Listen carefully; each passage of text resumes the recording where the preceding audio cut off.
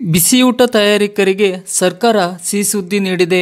ಬಹುದಿನಗಳಿಂದ ಬಿಸಿಯೂಟ ಸಹಾಯಕಿಯರು ಈ ಬೇಡಿಕೆಗಾಗಿ ಸರ್ಕಾರವನ್ನು ಒತ್ತಾಯಿಸುತ್ತಿದ್ದರು ಮತ್ತು ಅನೇಕ ಬಾರಿ ಮನವಿಯನ್ನು ಸಲ್ಲಿಸಿದ್ದರು. ಬಿಸಿಯೂಟ ತಯಾರಕರ ಬೇಡಿಕೆಯಂತೆ ಒಂದಿಷ್ಟನ್ನು ಜಾರಿಗೊಳಿಸಲು ಸರ್ಕಾರ ತೀರ್ಮಾನಿಸಿದೆ.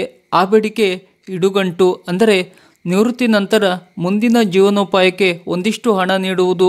ಹೌದು, ಶಾಲೆಗಳಲ್ಲಿ ಮಧ್ಯಾಹ್ನದ ಬಿಸಿಯೂಟ ತಯಾರಿಸುವ ಅಡುಗೆಯವರು ಮತ್ತು ಸಹಾಯಕಿಯರಿಗೆ 60 ವರ್ಷಗಳಾದ ಬಳಿಕ 40,000 ರೂಪಾಯಿ ಇಡುಗಂಟು ನೀಡಲು ಶಾಲಾ ಶಿಕ್ಷಣ ಇಲಾಖೆ ಸಮ್ಮತಿಸಿದೆ.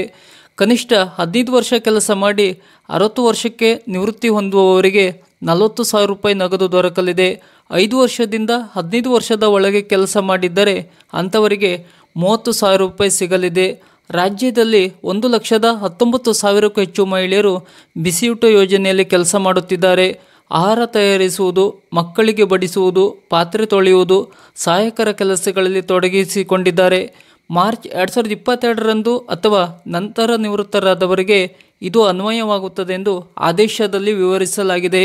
ಬಿಸಿಯೂಟ ತಯಾರಕರ ಇಡುಗಂಟು 2 ಲಕ್ಷ ತನಕ ನೀಡಬೇಕೆಂದು ಹಲವು ಬಾರಿ ಹೋರಾಟ ನಡೆಸಿ ಮನವಿ ಸಲ್ಲಿಸಲಾಗಿದೆ. ಆದರೆ ಸರ್ಕಾರ ಒಂದು ಮಿತಿಯನ್ನು ನಿಗದಿಪಡಿಸಿದೆ.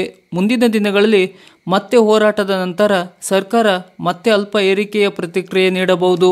ಯಾವುದಕ್ಕೂ ಕಾದು ನೋಡಬೇಕಾಗಿದೆ. ಸರ್ಕಾರದ ಈ ಥರದ ಇನ್ನಷ್ಟು ಮಾಹಿತಿಗಳಿಗಾಗಿ ನಮ್ಮ ಚಾನಲನ್ನು ಸಬ್ಸ್ಕ್ರೈಬ್ ಮಾಡಿ ನಮ್ಮನ್ನು ಬೆಂಬಲಿಸಿ. ನಮಸ್ಕಾರ.